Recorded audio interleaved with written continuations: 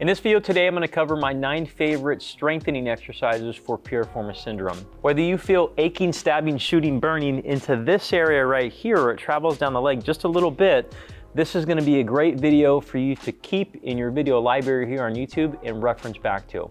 Let's get right into it.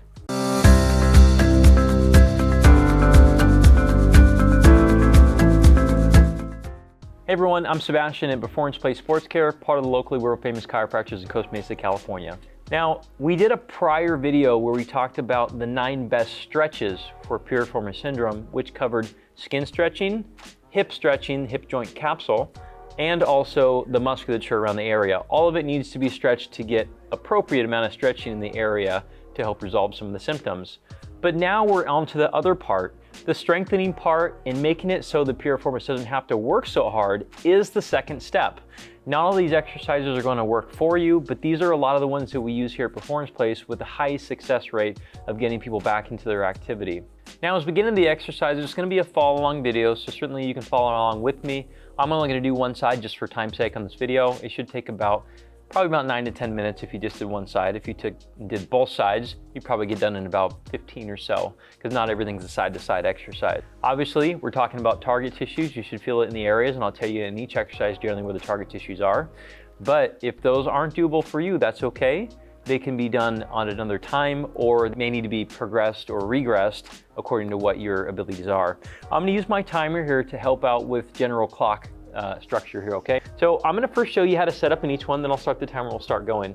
On a side plank, usually with the piriformis syndrome, I would start with the symptom side down, and rather than being in a side plank position, I would crumple my knees up a little bit and hide my feet from the camera, so now I'm in kind of a deep seated position. As we start the timer, we're just gonna push ourselves up into a plank from the knees. So I'm creating a straight line from the knees to the hips to the shoulder, and then you sit back as if you're sitting deep into a chair, and then back up again. This is the general pace that I have people go. About 5 to 10 seconds on, sit back, about 3 to 5 seconds off. Notice I'm not slopping in, I'm just keeping the attentive state so I can keep going because the break is not that long.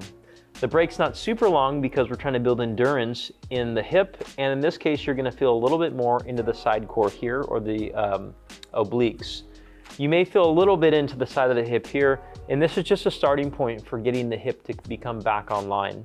A lot of people who have piriformis pain or piriformis syndrome have other parts of the core and hip that are offline and not working well. So we're gonna start juicing it up in this fashion first. So that's about a minute there, and we're gonna progress into something called a side plank, which is a little bit more biased to this part here. For some people, it is hard to do, and that's okay. You can still push into the floor a little bit with your feet and elbows as if you're ripping the floor in half to still get the same effect without getting up too high. So as we start the timer here, I'm gonna try to make a straight line from, in this case, my downside foot to my hip to my shoulder is making a straight line, and then back down really slow, almost as if there's a bug underneath your hip. You don't wanna crush the bug, you just wanna lay down a little bit, be nice to him.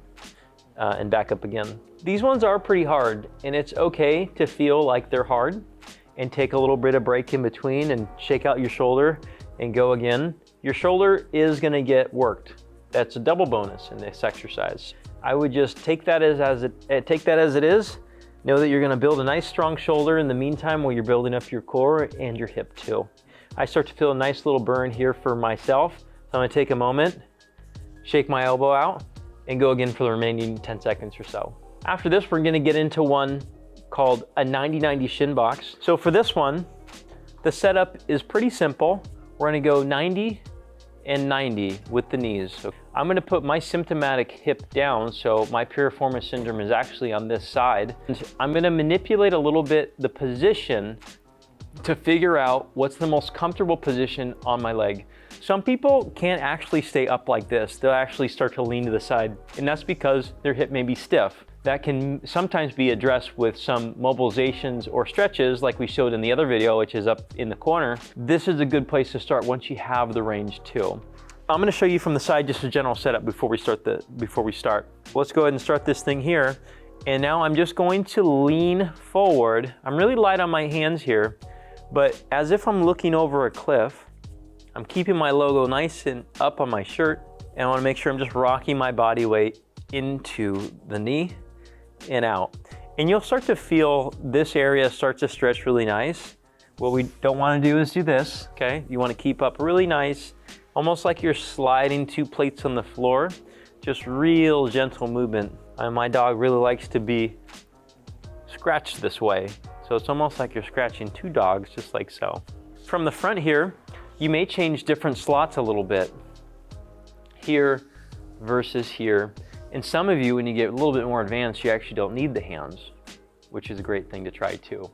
I feel a nice burn in the butt cheek, and so we're priming up the butt cheek here a little bit before we actually go into more advanced butt cheek exercises that will help out with activation of mainly the gluteal muscles. An important thing before we get into the next one is that the tension or effort that you put into the floor, in this case, we're gonna do some bridges, but we're gonna drive the heel into the floor. It doesn't actually matter if you get up. What matters is can you push the heel into the floor, and that'll generate the amount of activity needed in the gluteal group to first activate, and then we can move the hip. So what this one looks like is we're gonna start first with a single leg bridge.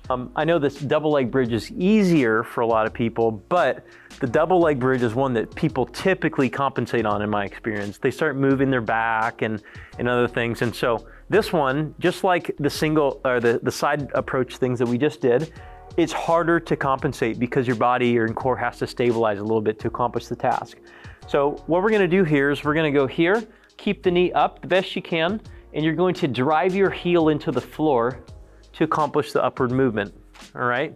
I have my hands right here on my belly because I'm feeling to make sure that there's no sagging happening or separation of the rib cage and the pelvis. So I want to make sure that those 2 guys are locked together as we drive through. Again, this is the symptomatic hip.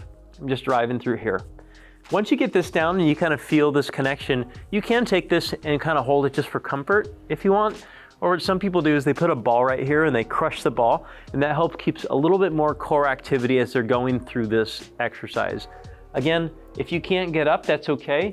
Push the heel through the floor really hard to accomplish the movement. This will decrease the amount of back pain or piriformis tightness that you feel, or even hamstring activity, okay? The way I was explaining this, I think it was a really good way that someone showed me. They said that, why would you want to fatigue the other muscles if the target tissue, in this case, the glute max? You're just allowing the other muscles to limit how many reps you can do. I don't even care if you do a couple reps, but you wanna make sure all of the challenges into the glute max. Now we're gonna do both sides, which is a bridge. In this case, we can call it a double leg bridge, but this is the bridge. I like to have people help out a little bit, pushing down with their hands to generate tension because this allows the core to activate better. The more you activate your core, the better your hip or gluteal muscles will engage. Now, which gluteal muscles are we talking about? The glute max, the glute med, the glute minimus, all of it. If you do this exercise well and drive the heels to the floor and create core activity, you'll get all of them working, which is really what we want with piriformis syndrome, okay? So if this is too easy for you, you can put like a weight on your stomach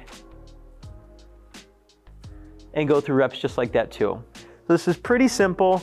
It's an exercise that a lot of you have been shown before, but generating the tension and then the tension through the heels is some of the most important part.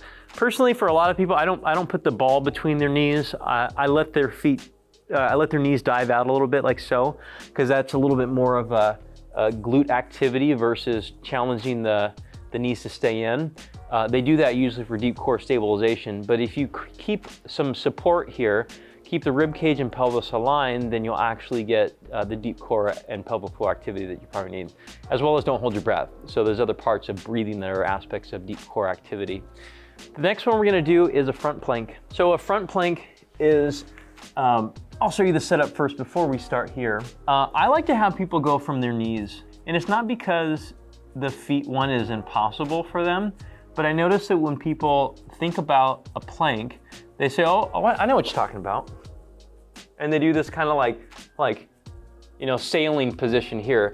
Again, just like the other exercises, it's not about the end position, it's how you get there, or how you generate tension through the floor to accomplish the position. Now, I would like you to try from the knees, and here's what this will look like.